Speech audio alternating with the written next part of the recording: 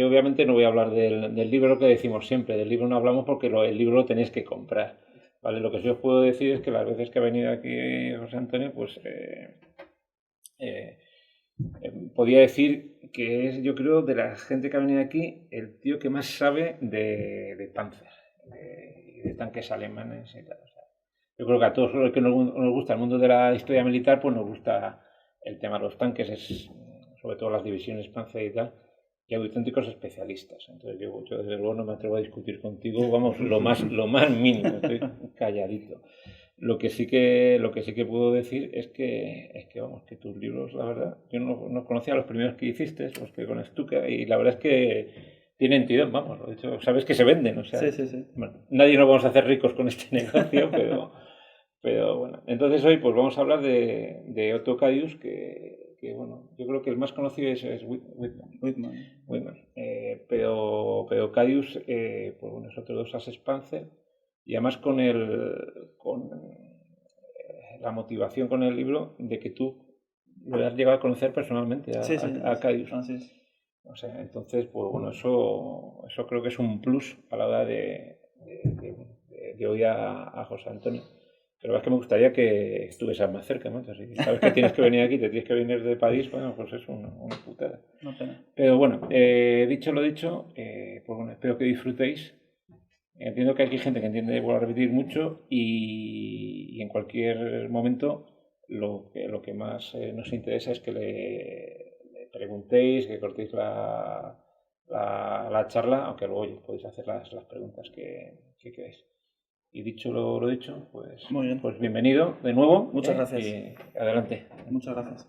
Pues bueno, en esta ocasión me vais a permitir que haga una presentación un poco más personal, porque como bien han comentado, yo conocí personalmente a Otto Carius y tuve la fortuna de entrevistarle en varias ocasiones. El fruto de esas entrevistas pues ya ha sido reflejado en algunas de mis obras anteriores. Y bueno, cuando hablé con Almena, ¿no? Teníamos un proyecto entre manos en 2015, para que os hagáis una idea, que era un libro que se iba a titular Los tanques de la Segunda Guerra Mundial según Otto Carius. Entonces ya había recopilado su opinión sobre diferentes tanques, diferentes estrategias, etcétera, etcétera. Desafortunadamente, pues las 2-3 entrevistas más que hubiera necesitado para la publicación de ese libro, pues no pudo ser. Y finalmente los astros se alinearon y finalmente pues pude trabajar en este libro, ¿no? Que en cierta forma es para mí un pequeño homenaje a la memoria de este tanquista, ¿no? Por supuesto, bueno, llevo ya varios años escribiendo. Seguramente ya me recordaréis por alguno de mis otras obras. Ah, bien. No, pues publiqué Caballos de la Cruz de Hierro, Diamantes, Espadas, El Búnker, en fin, y muchos más, ¿no? Entonces hoy estamos aquí precisamente pues, para hablar de mi última obra, que es precisamente esta, que es lo que Otto Carius no llegó a escribir en sus memorias. Y luego, bueno, otros muchos libros, ¿no? Otras colaboraciones, otras historias, en fin. No he parado en estos 15 años en los que he estado escribiendo, ¿no? El resumen, ¿no? Bromas aparte. Vamos a hablar muy brevemente sobre Otto Carius y principalmente sobre hechos de su vida que no llego a compartir en Tigres en el Barro. Porque supongo que la mayoría de vosotros o conoce o ha oído muchas anécdotas referentes a Tigres en el Barro. Pues bien, hay muchos datos que Otto Carius no compartió en sus memorias. Bien porque quizás no estaba preparado o bien quizás porque no era el momento oportuno. Entonces hubo varios historiadores, varios curiosos, varios aficionados a estos temas que tuvieron la posibilidad sobre determinados aspectos de su vida que no están incluidas en Tigres en el Barro. Por ejemplo, la relación con sus padres, cómo fue su infancia, qué opina sobre tal vehículo, cuál fue el primer tanque que destruyó, qué opinaba sobre su artillero, qué impresión tenía sobre su mejor amigo, qué fue para él el ganar la Cruz de Caballero y un largo etcétera. Obviamente con esta breve presentación iremos resolviendo algunas dudas, ¿no?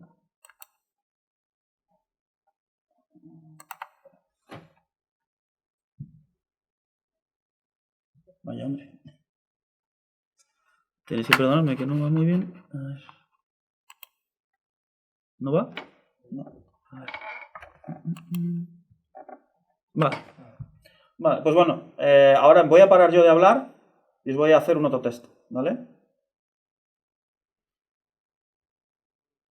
Sí, va a valer. ¿Cómo se llamaba su libro? Tigres en el barro, ¿no? Muy bien.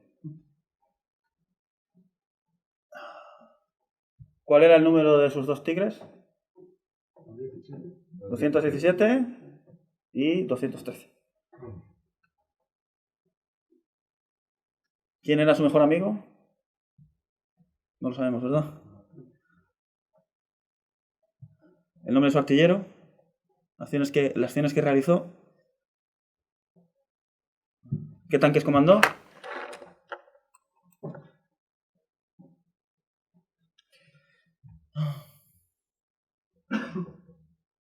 ¿Por qué estuvo en un batallón de castigo?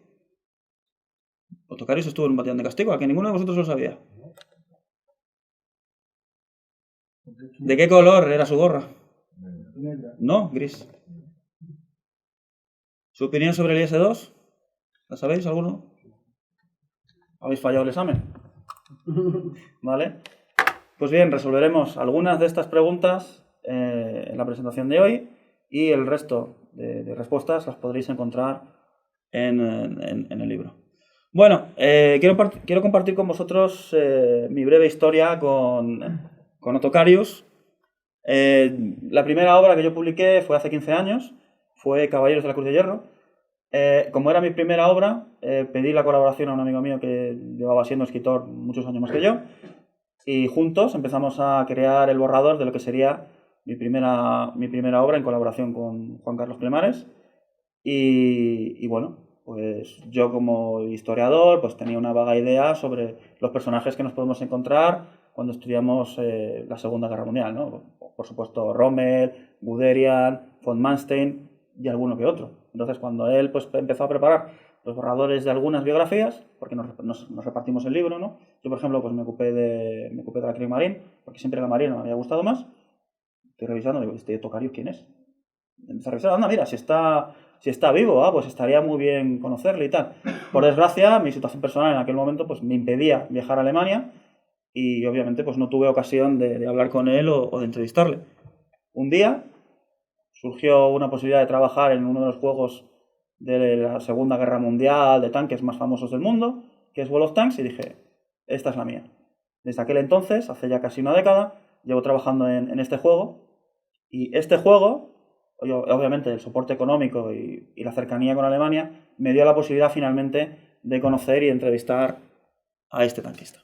Entrevistas que tuvieron lugar entre 2013 y 2014. Como ya os dije, tenía previsto realizar una serie de entrevistas en 2015, pero desafortunadamente, pues como ya sabemos, ¿no? Otocarius falleció en enero del 2015.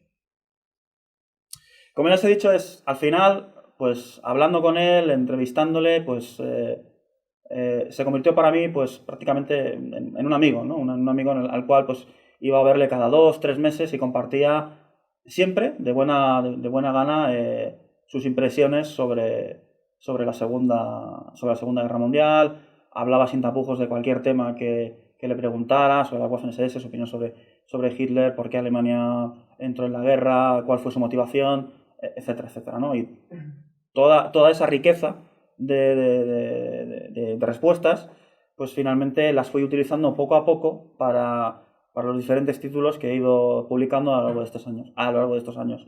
Las últimas joyas, ¿no?, que guardaba escondidas en mi baúl eran precisamente las que he utilizado en esta obra. Este es mi escritorio. Este es el escritorio de mi trabajo. Entonces en mi escritorio, bueno, no se ve muy bien, pero aquí una foto firmada de Otocarius junto a una fotografía de mi hijo y el tanque que comandaba Otocarius, una maqueta firmada por el señor Tamilla. Claro, cuando yo estuve visitando a Otocarius, una de las... Porque ya os he comentado que esta charla iba a ser un poco más personal, si me permitís la expresión. Allí, pues me dijo, tenía una especie de pequeño despacho en el que solía recibir a la gente que iba a visitar. Entonces ese despacho estaba lleno de botellas de alcohol y de miniaturas, figuras. Entonces, hablando con él, pues ya os he dicho, es que prácticamente hablamos de todo.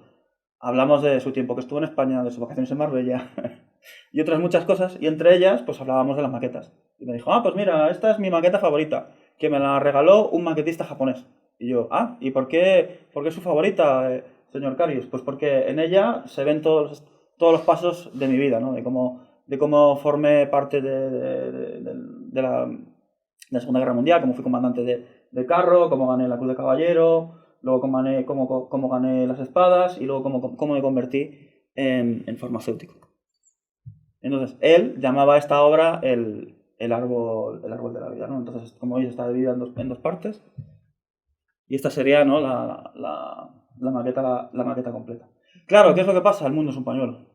Al final, aquí prácticamente, ¿no?, nos conocemos todos y gracias a Otto Carius, pues llegué a conocer por simple casualidad al propio maquetista de la casa Tamilla. Coincidí con un ingeniero japonés que estaba preparando la traducción del Tiger Fibel en japonés. Hablé con él, quedamos para tomar algo en Japón. Y al año siguiente, la segunda vez que fui a verle, dijo, ¿puedo ir con un amigo que es maquetista? Sí, claro. Y en esa cena me dijo, pues es que yo estuve allí y tal, Otto Carius. Digo, espera. Digo, ¿has hecho tú tal maqueta, tal? Dice, sí, soy yo. Entonces, en esa cena, pues tuve la oportunidad de conocer más datos de Otto Carius a través de otras personas que tuvieron, como digo, la fortuna de conocerle. En esa cena, pues estuve yo, el feo Gallín, Takana-san y Hasegawa-san. Tanaka-san es el maquetista de la casa Tamilla y Hasegawa-san es el ingeniero. En fin, vamos a hablar ahora brevemente, vamos a entrar directamente en materia y vamos a hablar, ¿no?, directamente de Otto Carius.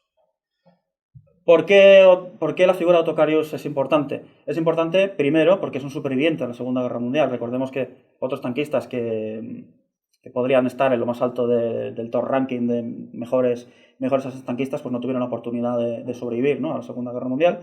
Él es uno de los pocos que está entre los 5 o 6 primeros, según la lista que utilicemos, y estaba allí. Es decir, cualquiera podía ir a hablar con él, o incluso llamar por teléfono y responder a sus preguntas. Él era la humildad personificada, en el sentido de que él sencillamente pues trataba de responder a las preguntas de la mejor forma posible, y él nunca se jactaba de que había sido un gran tanquista, de que había destruido numerosos carros, etcétera. Proximidad, como ya he dicho, la posibilidad de ir y hablar con él estaba abierta a todo el mundo, siempre y cuando pues no siguieras un determinado cauce a la hora de para solicitar la visita, ir a conocerle y tal, y directamente allí, ¿no?, con una bandera nazi y tal, pues obviamente no era la forma correcta de conocerle, ¿no? Mucha gente que fue en ese sentido fue amablemente invitada a marcharse, no por donde había venido. Él era un hermano de armas junto con sus compañeros en el sentido más estricto de la palabra.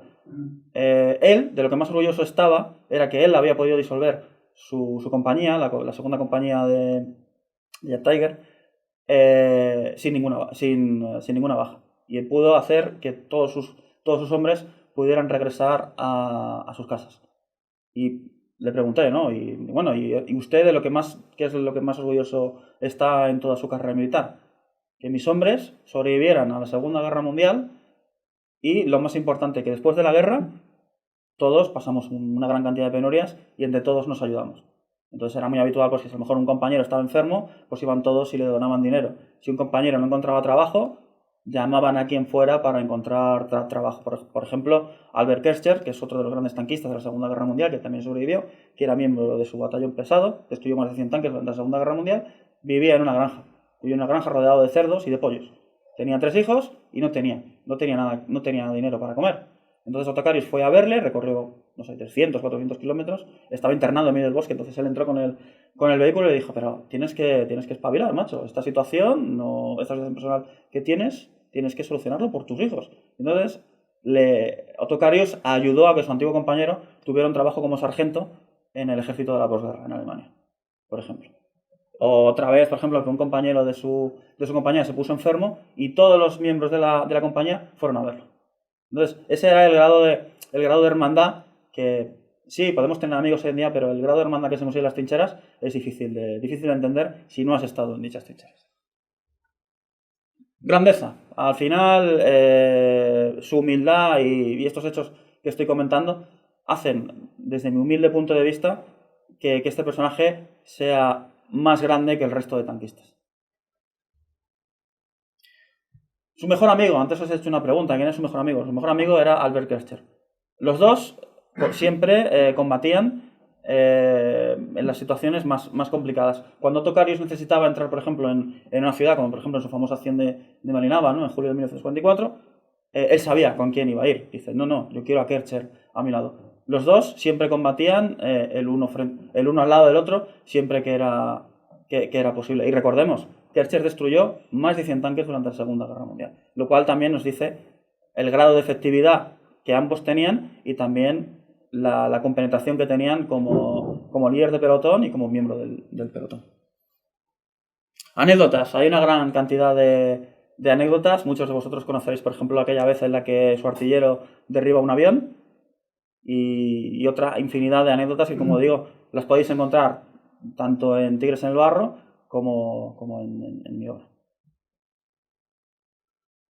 Malinava. ¿Quién nos recuerda la acción de Malinava? Esa fue la acción que encumbró a Otto Carius como realmente un héroe de guerra. Sí es cierto que ya había conseguido la Cruz de Caballero de la Cruz de Hierro al destruir 43 tanques en el frente del Este, sobre todo en sus grandes acciones en Narva. Pero fue la acción de Malinava la que hizo que ganara, recordemos, las hojas de roble de la Cruz de Hierro y además fuera invitado por el propio Himmler para pertenecer a las Waffen-SS. Obviamente, Carius dijo que él no quería pertenecer a las Waffen-SS porque él se debía a sus hombres. Él no quería abandonar a sus compañeros y, de hecho, estaba convaleciente después de haber recibido una serie de heridas en el frente. Le dijo Himmler, ¿puedo hacer algo por usted? Y dice, sí, por favor, fírmeme un papel porque deseo regresar al frente para estar de nuevo con mis compañeros. Él, cuando estaba convaleciente de sus heridas, se sentía culpable por no estar allí. Que un nuevo oficial se haga cargo de una nueva unidad, lo primero que va a decir a cualquier orden es sí. Jawohl, mi general, Jawohl, mi capitán. Sin pensar. Desafortunadamente así eran los oficiales alemanes, ¿no? Les daban una orden, da igual que haya 100 carros enemigos, si le han ordenado avanzar, él lo va a avanzar. Otto Carius era diferente. Otto Carius lo primero que hacía era pensar en la seguridad de sus hombres, pensaba en la seguridad de sus tanques. Y él, por ejemplo, al propio Panzergraf, a un general, le dijo, no, yo esa acción no la pienso hacer porque hay una trinchera antitanque, entonces necesito algo para pasar esa trinchera, ¿no? Un ejemplo. Entonces, él sabía que esa forma de liderar no era seguida prácticamente por ningún oficial nuevo, Nobel, vamos a llamar, un bisoño. Normalmente se suele decir que Otto Carius era comandante de Panzer 38 NEA, de Tiger 1 y de Yak Tiger, pero también fue comandante de Panzer 4. No lo comenta en sus memorias. ¿Por qué? Porque su paso por la unidad de Panzer 4, es decir, un pequeño pelotón que él comandó, fue nulo, fueron un par de semanas. Por eso fue al batallón de castigo. ¿Vale? Entonces, el motivo de todo eso, pues lo encontraréis en esta obra y no en Tigres en el Barro. Otto Carius, si habéis leído Tigres en el Barro, os habréis quedado con muchas preguntas. Bueno, ¿y por qué esto se hizo de esta forma? Y cuando se enfrentó al IS-2, ¿por qué el IS-2 no disparó? ¿Qué opinaba del IS-2? ¿Su tanque fue destruido en algún momento? Etcétera, etcétera. No, hay muchos claroscuros, quizás porque él trataba como ya digo, era muy humilde, entonces no quería, por un lado, dejar mal a su unidad, no quería dejar mal a su superior, y todos estos hechos, ¿no? Que quedan como muy oscuros, muy enturbiados, ¿no? Quizás por el sabor amargo, ¿no? De haber perdido la guerra, ¿no? También puede ser. Pues quedan resueltas, como digo, en mi obra. Sus inicios. Su ciudad natal, Otto Carius no habla de nada en Tigres en el Barro. Su ciudad natal estaba ocupada por fuerzas francesas durante el periodo entre guerras. Eso nos puede dar una ligera pista de por qué luego se presentó voluntario en el ejército. Su padre es veterano de guerra. Creo que algo comenta, pero su padre compartió con él las penurias de lo que era ser un soldado de infantería en la Gran Guerra. Entonces, cuando su padre le está contando todo esto, él y su hermano dicen, no, claro que no voy a pertenecer a la infantería, voy a tratar de quitarme la infantería del medio. Descubrió, ¿no?, todo el tema de los tanques y dice, no, yo me quiero presentar voluntario a la fuerza blindada. No quiero pasar las penurias que pasó mi padre en la Gran Guerra. Por eso decidió presentarse voluntario a la fuerza blindada. Me presento voluntario, aquí estoy, chavales. Pues mirad la cara que tenía. Era muy, muy delgado, muy bajito, muy enclenque. El doctor le vio, le dijo, está a tu casa, chaval. Volvió a presentarse una segunda vez. Mira, que ya estoy aquí, he vuelto y tal. A tu casa, chaval. Tuvo que presentarse, creo que 3 o 4 veces. ¿Y qué charla tuvo con el médico? ¿Qué fue lo que le dijo el médico para que éste le aceptara y le pusiera el sello de aprobado para participar en la fuerza blindada? O sea, perdón, en el ejército. Pues no lo comenta en Tigres en Gorro. Aquí tendréis la respuesta. No es usted apto, pero finalmente, como ya digo, la perseverancia de Carius hizo que finalmente pues, pudiera entrar en el ejército. Los dos hermanos, no solo él, sino su hermano también, él también decidió presentarse en la fuerza blindada como voluntario y los dos llegarían a ser comandantes de carro. Otto Carius, sí, es comandante, pero él no empieza su carrera militar siendo el comandante fabuloso y magnífico que todos conocemos. No, él empezó en lo más bajo de todo, que era cargador. Antes de cargador, él se tuvo que chupar lo que era todo el ejercicio obligatorio para ser soldado de infantería, porque él no fue aceptado en un principio en la fuerza blindada. Eso lo comenta muy bien en Tigres en Guerra. Y sí, su primer tanque fue el Panzer 38NA, del cual Otto Carius dice que era un buen carro, en el sentido de que tenía muy buena suspensión, pero el material, el acero que se utilizó en ese tanque era muy malo. En el momento en el que recibía un golpe o un impacto, se resquebrajaba por completo. De hecho, en su primera acción de combate, quiero recordar que un antitanque dispara a la zona en la que está el conductor y, bueno, el conductor, pues, os podéis imaginar cómo quedó, ¿no? Creo que perdió una pierna, si mal no recuerdo. Bueno, luego, efectivamente, es nombrado comandante de Tigre. Otto Carius, cuando vio el Tigre, dijo, esto es lo que necesitamos, porque el Panzer 38NA, el Panzer IV, que también comandó, ninguno de los dos podía hacer frente a los poderosos T-34. Él comentaba, ¿no?, en una anécdota diciendo, sí, claro, cuando yo estaba dentro del Panzer del 38NA o del Panzer IV, la tripulación a la que disparábamos de T-34 podían estar perfectamente jugando a las cartas, que no les íbamos a hacer absolutamente nada, ¿no? Entonces, por fin, el ejército alemán tenía un tanque que podía combatir en igualdad de condiciones a los T-34.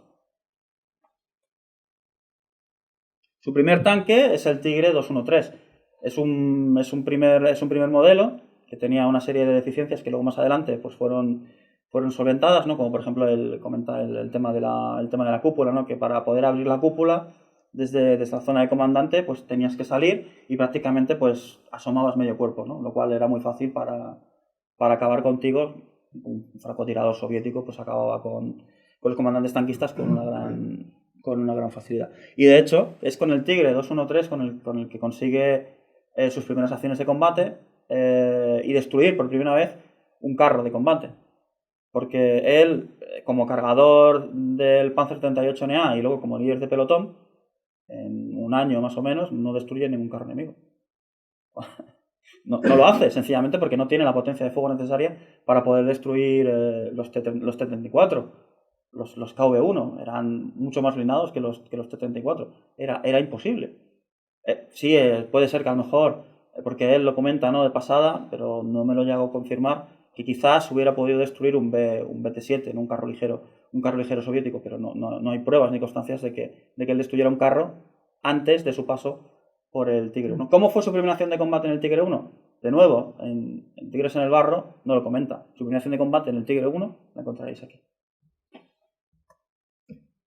El Tigre 217 es el siguiente tanque que él tuvo, que él mantendría hasta ser resultado herido en combate. Con ese Tigre es con el que realizaría su famosa acción de Malinava. Para aquellos que no conozcáis, la acción de Malinava es una acción en la que él y Albert Kercher recorren aproximadamente unos 500-600 metros en una llanura para entrar a una ciudad que es la ciudad de Malinava, en la que había una unidad blindada soviética compuesta principalmente por T-34 y S-2. La historia nos dice que las primeras unidades, compañías de IS-2 que combatieron en la Segunda Guerra Mundial no combatieron aquí, no combatieron en Narva, no combatieron en el frente de Leningrado, combatieron en Ucrania. Es mentira.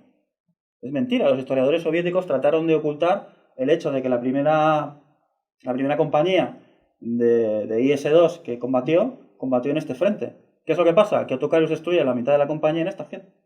Destruye 7 IS-2 y en los días posteriores sus compañeros destruyen otros tantos IS-2, por lo cual el nuevo carro soviético es completamente arrasado. Sí es cierto que hay algunos historiadores soviéticos que tratan de decir que no fue así y demás, y hay una larga... y que el número de bajas que Otto Karius realizó junto con Kercher en Malinava es incorrecto. Si tú acudes a las fuentes soviéticas, tienes por orden cronológico quién fallece y los tanques que son destruidos. Dedico un capítulo completo a esa acción y con las pruebas y documentos que hay, trato de demostrar que la acción tuvo lugar, y no solo eso, sino que además hay archivos alemanes que nunca habían sido traducidos al español, que demuestran perfectamente y fehacientemente que esos IS-2 realmente fueron destruidos. Esos documentos que Otto Karius firmaba desde su casa y que enviaba a todo aquel que se lo pidiera, están traducidos por fin en español en este libro. ¿Pero los IS-2 lo destruía porque sabía dónde darles? O sea, no, era la primera vez. Él es la primera vez que ve un IS-2 en combate. De hecho, cuando se encuentra... Para entrar a la ciudad primero hay que destruir 2 T-34. Entonces Kercher rápidamente destruye los 2 T-34 y entran en la ciudad. Justo cuando entran en la ciudad, giran a la izquierda, creo recordar, y Karius mira a través de los binoculares y ve la silueta de un IS-2. No ordena disparar, porque es la primera vez que ve un IS-2. Y en ese momento, él piensa que a lo mejor que es un tanque alemán, que quizás es un Koenigsegger. Si es cierto que los Koenigsegger todavía no estaban en el frente del este, pero quizás él conocía la silueta porque a lo mejor se la habían enseñado en planos, etcétera, etcétera, ¿no? Cuando ve el rodaje del tanque, ve que es claramente soviético y entonces es cuando ordena disparar. Entonces, él mismo duda durante, 3, 4, 5 segundos sobre si es un tanque alemán o si es un tanque soviético. ¿Pero a qué distancia lo reventó? No, todo esto es a corta distancia. Bueno, claro. Todo esto es a corta distancia. Estamos hablando de 50, 100 metros. No estamos hablando de 700, 800, 900 metros. No, claro, a corta distancia con un cañón, con un 88, da igual. Da igual. O sea, el pobre IS-2 no sobrevivía al impacto. Claro, pues eso me sorprende, digo. Otto Karius también ha hablado muchísimo de cómo era el malvivir en el frente del este. Ya habla en su obra, y luego también compartió conmigo otros aspectos de cómo era el malvivir del tanquista que tenéis aquí en la obra, ¿no? Por ejemplo, una frase que me quedó es: si alguien habla contigo y te dice que luchó en el frente del este y que no tuvo pulgas, es que no combatió en el frente del este. El T-34 fue el principal enemigo del Tigre 1, ¿no? Entonces, ¿qué opina Otto Karius sobre el T-34? ¿Qué opina Otto Karius sobre el IS-2? ¿Qué opina Otto Karius sobre el ISU-152? ¿Qué opina Otto Karius sobre el Tiger 2? Pues no lo comenta en Tigres en el Barro. De nuevo, lo tenéis aquí. Aquí comenta y da su opinión sobre todos estos carros. Lo mismo con el IS-2. Él, por ejemplo, me comentó que él nunca vio un IS-2 en movimiento. Dice, sí, yo combatí con el IS-2, pero yo jamás en la vida vi a un IS-2 en movimiento, ¿no? Entonces quizás los soviéticos lo utilizaban sencillamente, ¿no?, como como una mera arma disuasoria, ¿no? Llegas con el IS-2, te colocas allí, aquí seguro que por aquí no pasa nadie. También habla largo y tendido sobre el ISU 152. Y bueno, recordemos que de tanquista, de cargador, pasa a líder de pelotón y luego a líder de compañía. Pero a líder de compañía, pero no sobre el papel, porque su líder de compañía resulta herido o muerto en combate, no lo recuerdo, y entonces él pasa a liderar su propia compañía, que es la segunda, que como ya sabéis es la segunda compañía del 502 Batallón de Tanques Pesados. Y bueno, todas estas acciones tuvieron lugar en Narva, en el frente de Leningrado. Por eso él, en su libro, Tigres en el Barro, tiene el subtítulo de Narva a Dunaburg. Bueno, luego posteriormente, después de resultar herido en el campo de batalla, no voy a comentar cómo resulta herido porque lo podéis encontrar perfectamente en Tigres en el Barro. Su líder de compañía, su líder, el líder del batallón, no le quiere de vuelta.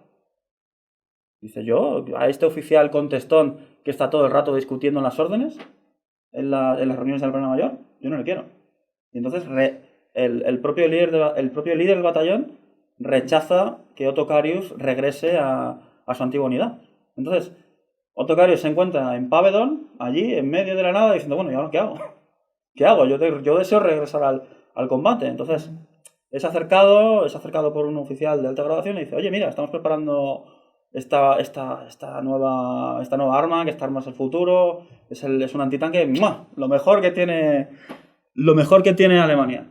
Y bueno, él dice, bueno, vale, pues si es tan brillante y tan genial, pues bueno, yo me puedo hacer cargo de una compañía, porque ya tengo experiencia como compañía. Bueno, se ha hablado largo y tendido sobre el Jet Tiger.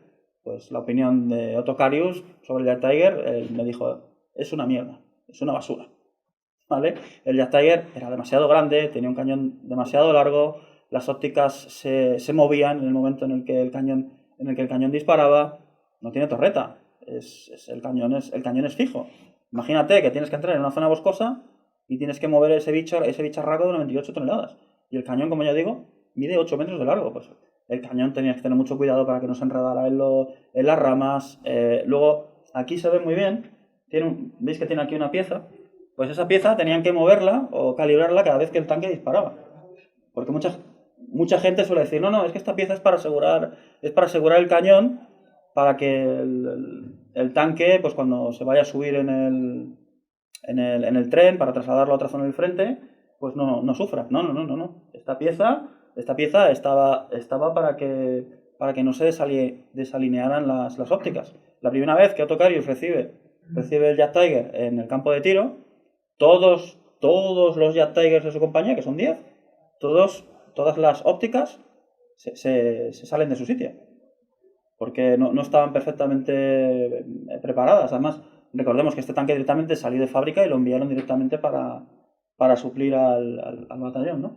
Además tenía una serie de problemas mecánicos que al final pues acabarían haciendo que la propia compañía de Otto Carius fuera perdiendo los Jet Tigers uno a uno por fallos mecánicos o bien porque la población iba a decir. Porque las propias tripulaciones abandonaban los vehículos sin haber disparado una sola vez. De los 10 Jet Tigers que Otto Carius comandó, que estaban bajo su compañía, bajo su mando, solamente uno resultó destruido en combate. Y fue por un error de la propia tripulación. Es verdad que chupaba mucho combustible, ¿no? Sí, claro, hombre, piensa que es el tanque más grande que entró en combate en la Segunda Guerra Mundial. Pesaba 70, 80, 90 toneladas, o sea, era un mastodonte. Pero claro, demasiado grande, demasiado tarde, y es que Otto Carius era sincero conmigo, dice, no, pero si es que el cañón de 88 milímetros ya es suficiente para tumbar a cualquier tanque soviético. ¿Por qué el ingeniero ha decidido poner esta monstruosidad, este cañón tan inmenso? Si es que este tanque no necesita esa potencia de disparo. Y me dijo, ya, a mis hombres y a mí nos hubiera encantado tener una charla con el ingeniero que diseñó esta monstruosidad. Esas fueron las palabras textuales que utilizó Otto Carius al referirse al Jet Tiger. ¿Pero lo hicieron como respuesta a los IS, los Yankee, o...? Fue para el TT-34. No, porque si hubiera sido así, estos tanques hubieran sido enviados al frente del este. ¿A dónde fueron enviados? Al frente occidental. Pero hay gente que dice, no, es que el Jack Tiger estuvo en el frente del este, no sé qué. ¿Cómo? No te equivoques. Solo hubo dos compañías, perdón. Solo hubo 2 batallones y los 2 combatieron en el frente occidental. Combatieron contra tanques británicos y tanques norteamericanos. Bueno, y tanques canadienses, a lo mejor. Que no hacían falta tanta potencia. No, claro que no. Una pregunta. Teniendo en cuenta un poco la movilidad y sobre todo en los necesarios de carro de combate, es que no se entiende por qué un peso tan grande en esa época. En ese año. Claro, es que a Hitler le gustan las cosas grandes. Es que a Hitler le gusta el mouse. ¿Por qué? Porque es grande. Porque es grande, pesa 100 toneladas, va, con esto ganamos. No. Le gusta más, por ejemplo, el número. Pues, por ejemplo, en la batalla de Inglaterra, perfectamente la Luftwaffe podía haber construido bombarderos tácticos. Pero cuando algunos especialistas tácticos pues hablaban con Göring, decía, no, a Hitler no me pregunta por la efectividad, me pregunta por el número de bombarderos que tenemos. Prefiero construir 3 bombarderos medios que uno pesado. Pues Hitler preguntaba, ¿cuántos bombarderos tenemos? Tenemos un montón. Va, perfecto. ¡Hala, venga, a la batalla de Inglaterra! Los soviéticos. Claro, es que es ridículo. Es ridículo, además tú bien lo has comentado. ¿Por qué tan grande esa falta de movilidad? Un motor que va muy justo. Y claro, es un motor de 700 caballos para mover esta monstruosidad. Que claro, esto da pie, bueno, ya hemos hablado de que suele combatir en el frente occidental. Eso da pie a que el conductor se convierte en la pieza más clave, en la pieza clave y la pieza más importante del Jet Tiger. Porque tiene que moverlo con un cuidado para que el motor no se estropee. Entonces, cuando Otto Corius llega allí, se pone a hablar con sus hombres, los hombres cuchichean, dice, hostia, un héroe de guerra condecorado viene solo a ganar más medallas y a ganar medallas con nuestros huesos. Entonces, el rumor le llega a Otto Corius, que por supuesto no recoge en Tigres en el Barro, y dice, no te preocupes, yo voy a dar una charla. Me reúne allí a toda su compañía. Bueno, chicos, la guerra está perdida. ¿Vale? Seamos sinceros, la guerra está totalmente perdida. Yo no estoy aquí para ganar más medallas y para que tú y tú muráis a mi costa. Yo estoy aquí para hacer todo lo posible para que sobreviváis. Entonces, todos los miembros de toda la compañía, desde ese día, siguieron como un solo hombre a Otto Corius. No me acuerdo si en Berlín, en el Reichstag hubo 2 Jack Tiger, o 2... Fueron 2 Koenigsegger. 2 Koenigsegger. 2 Koenigsegger. De hecho, Daniel Ortega, creo que dio una charla aquí sobre ese tema. Tiene un libro muy bueno que habla precisamente de eso. Sí. No sé si inventaron 40 tanques soviéticos o... No, puede ser. Tenían para... Hemos hablado antes de ese gran tamaño. Hemos hablado que el tanquista más importante, el nivel de tripulación más importante, es el conductor. Otto Carius no tiene allí veteranos. Tiene chavales que acaban de salir de la academia y que están allí para aprender cómo funciona el vehículo. Eso es un gran problema. Porque, como ya hemos dicho, hace falta mucha mano para poder mover ese tanque. Entonces, claro, tiene allí bisoños y solamente tiene 2, 3 semanas, 4 semanas, quiero recordar, para hacer el entrenamiento. ¿Qué es lo que pasa? Que el Jet Tiger no llega. Entonces, al final, tiene que hacer el entrenamiento en 3 semanas. Y no lo tiene que hacer con los 10 Jet Tigers, lo tiene que hacer con 2 o 3. Entonces, el entrenamiento que reciben esas tripulaciones es prácticamente nulo. Entonces, eso causará que la mayoría de los vehículos Jet Tiger se pierdan por fallos mecánicos. ¿Cuántos se construyeron? 98, 92, no llegó a los 100. Y bueno, Jet Tiger en combate, pues ya lo he dicho, ¿no? Todos los 10 Jet Tigers que Otto Carius comandó, pues uno se perdió por fuego enemigo y el resto fueron destruidos por sus tripulaciones. Otto Carius destruyó con el Jet Tiger un tanque. Entonces, Jet Tiger, esto es lo mejor, esto es lo más chulo. No es así.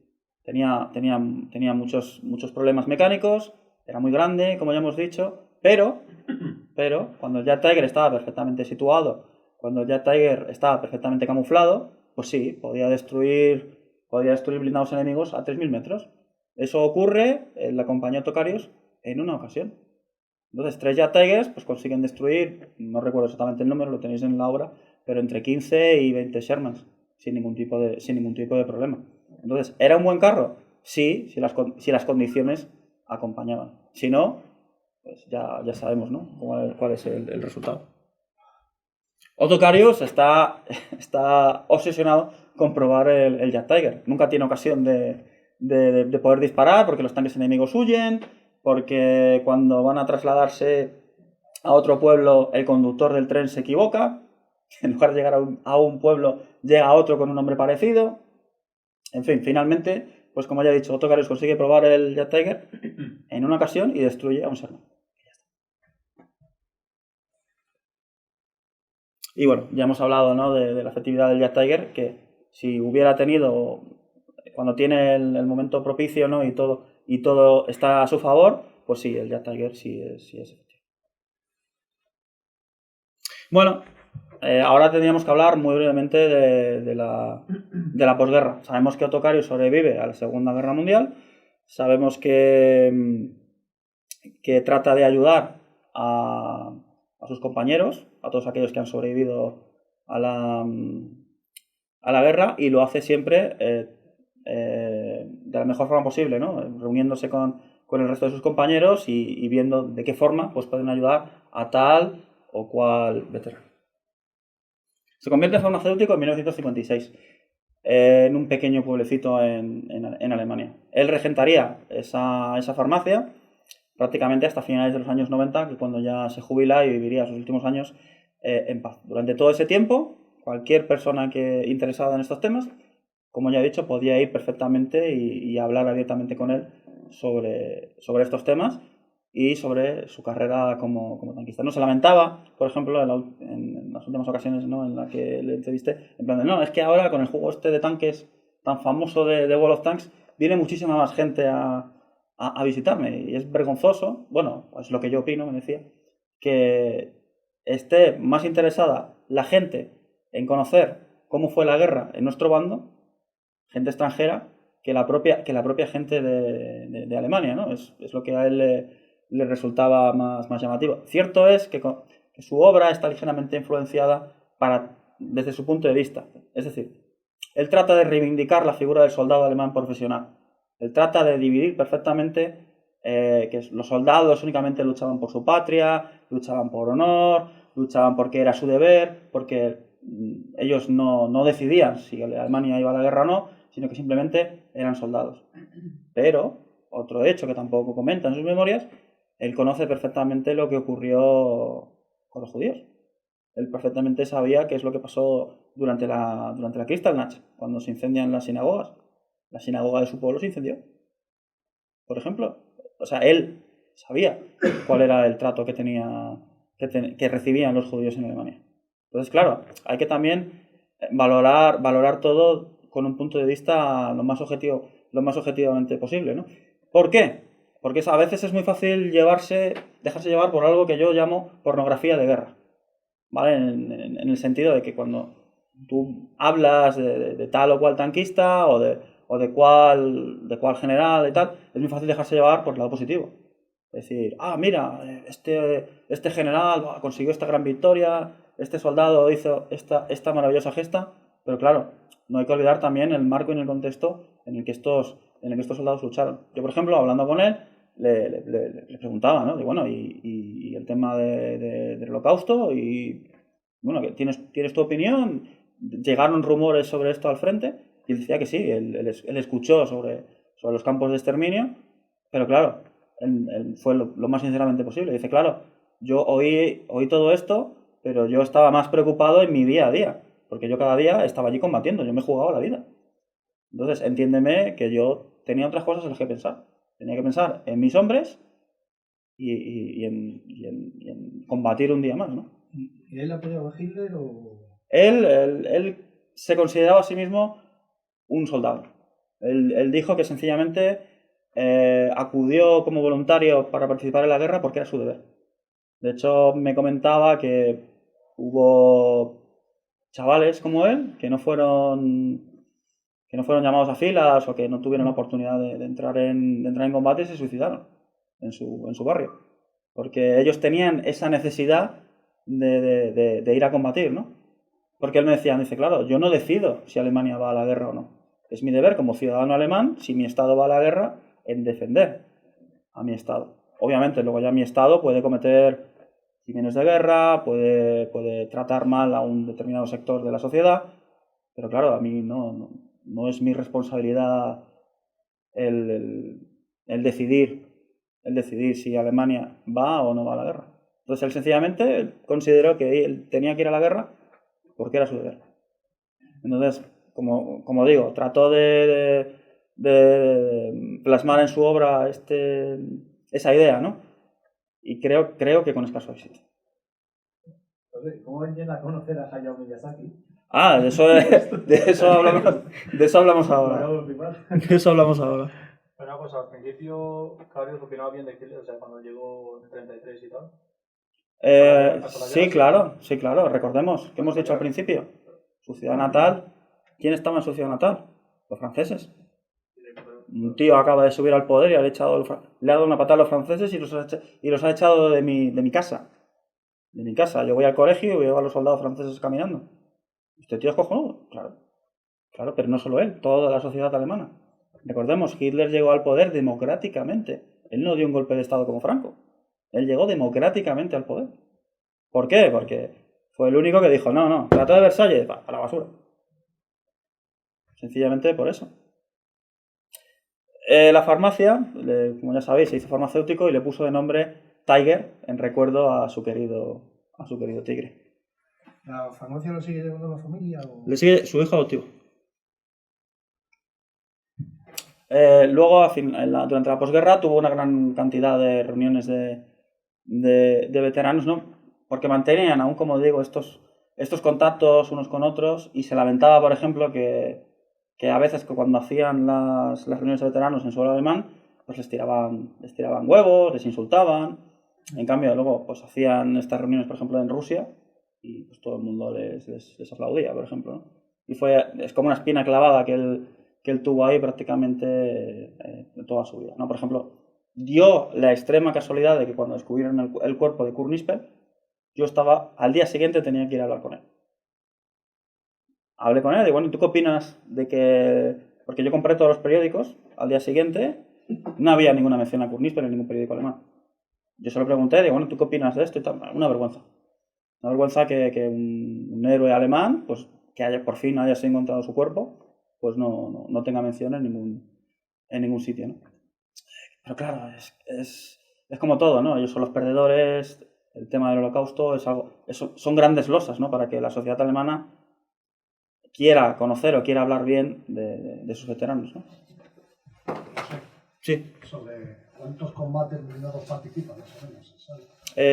Pues hombre, él tiene Condecoración, que él tiene, eso es, al menos en 75 combates. Pues precisamente porque ganó esa medalla. Si hubiera llegado a los 100, la de 100, eso es. ¿Estuvo en España? Sí. Estuvo en España, claro, él como buen jubilado alemán, ¿a dónde te vas? A Marbella. Entonces estuvo muchos años en... ¿Hablaba español? No, pero seguro que le encantaba nuestra gastronomía. Seguro, ¿no? Pero no bebía. Curiosamente él era abstemio. Mucha gente iba allí a entregarle botellas de vodka, de cerveza, de vino. Y me decía, ¿y qué hago yo con todas estas botellas si no bebo? Y las maquetas sí que las coleccionaba. Y bueno, sí, antes mi querido amigo Hugo ha hecho una pregunta. ¿Por qué Otto Carius llegó a conocer a Hayao Miyazaki? Hayao Miyazaki, para que aquellos que no le conozcáis, es el Walt Disney japonés. ¿De acuerdo? Él incluso ha ganado algún Oscar por alguna de sus películas.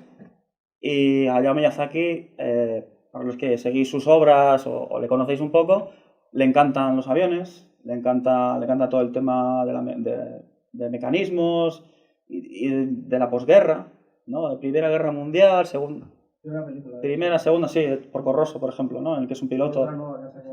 Cuando el viento se levanta. Cuando el viento se levanta, por ejemplo, ¿no? Pues siempre le gustó mucho todo eso, ¿no? Pues debe ser que hablando con historiadores o con gente que sabe el tema, dice, oye, hay un tanquista que se llama Otto Carius, que está vivo y que está en Berlín y que está en Alemania. Y dice, pues mira, voy a echarle un ojo a su biografía que está en japonés. Hola, voy a ir a verle. Voy a verle. Esta foto fue tomada delante de su farmacia, y el Walt Disney japonés, Hayao Miyazaki, hizo un libro, hizo un manga que se llama, ¿no? Es el nombre, ¿no?, que se le da a los cómics japoneses, llamado Tigres en el barro, en japonés. No me pidáis que diga el título en japonés, porque de momento no se me da muy bien. Y claro, los propios soldados alemanes se llamaban a sí mismos cerdos, ¿vale? El cerdo que va al frente. Tengo la suerte del cerdo porque estoy en la retaguardia. Entonces, los protagonistas del cómic de Tigres en el barro, que es la biografía de Otto Carius pasada al cómic, Otto Carius es el protagonista y es un cerdo. Porque a Hayao Miyazaki le encantan los cerdos. Si habéis visto alguna de sus películas, en todas sus películas siempre sale un cerdo. Pues en este cómic convirtió a Otto Carius en un cerdo. Y por eso, gracias a Hayao Miyazaki y gracias al señor Tamiya, Otto Carius es una pequeña celebridad en Japón.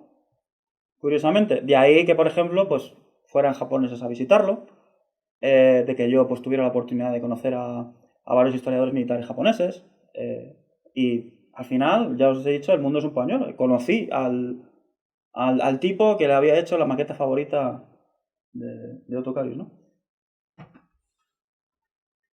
Y bueno, toda historia tiene un principio y toda historia tiene un final, ¿no? Como ya sabemos, Otto Carius falleció en enero del 2015, y ya en este caso ya sabemos, ¿no?, que los tigres van al barro y el hombre al polvo.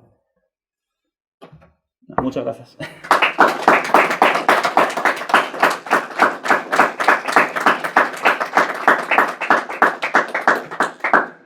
Pues luego preguntas, a ver si te consiguen poner en... Sí, ¿tenéis alguna pregunta? ¿En qué momento se dio cuenta de que perdió la guerra? ¿De que se perdió la guerra? Después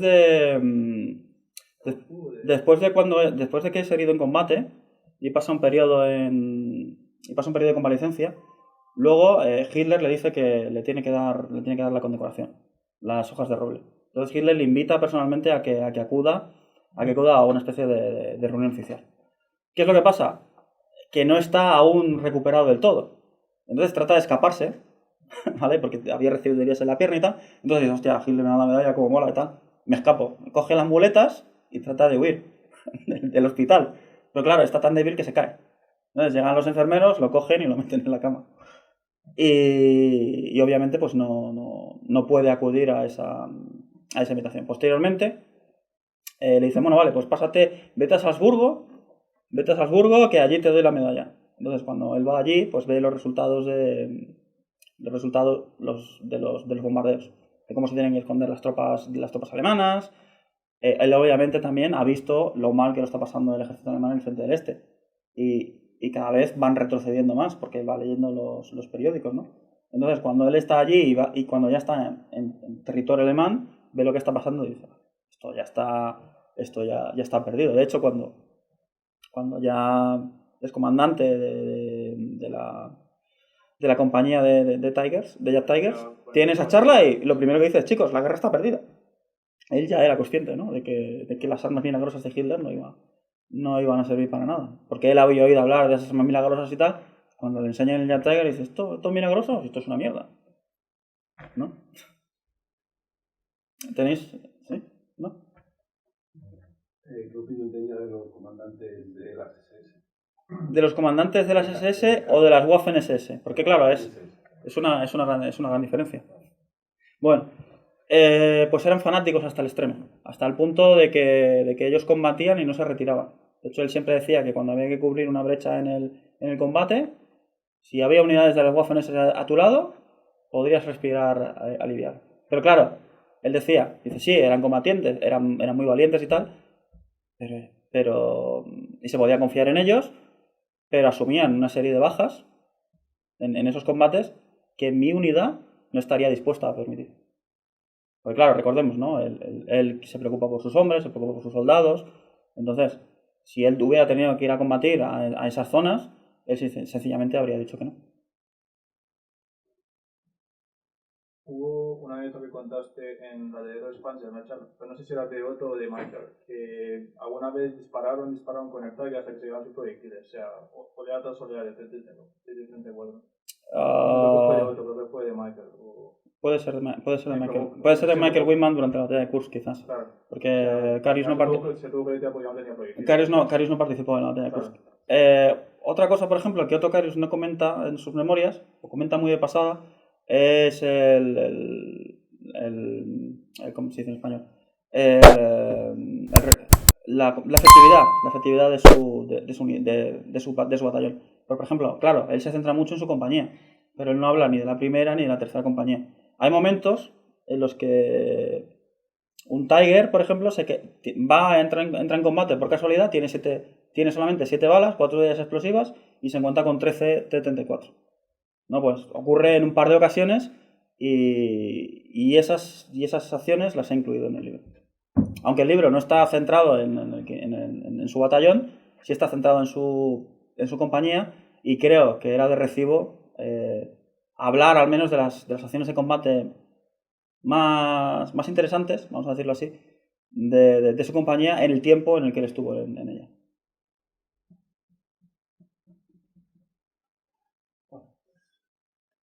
Si no hay más preguntas, pues lo dicho. Muchísimas gracias, José Antonio. Y lo dicho, el que quiera el libro dedicado, no puedo Tocadius, pero José Antonio, que casi es lo mismo. Pues venga, muchísimas gracias. Nada, a vosotros.